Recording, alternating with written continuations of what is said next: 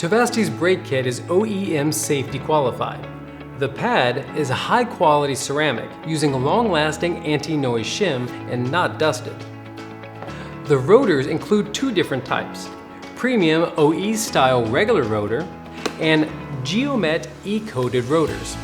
Both products are properly balanced to reduce the fitting time, and it's environmentally friendly.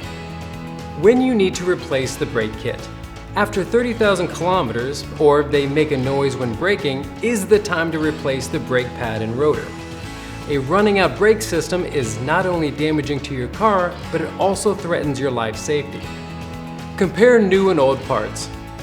Our brake pad is ceramic, very quiet, tends to produce less dust and other particles as they wear down, and can be more reliable in a broader range of temperatures and driving conditions compared with older pad blades.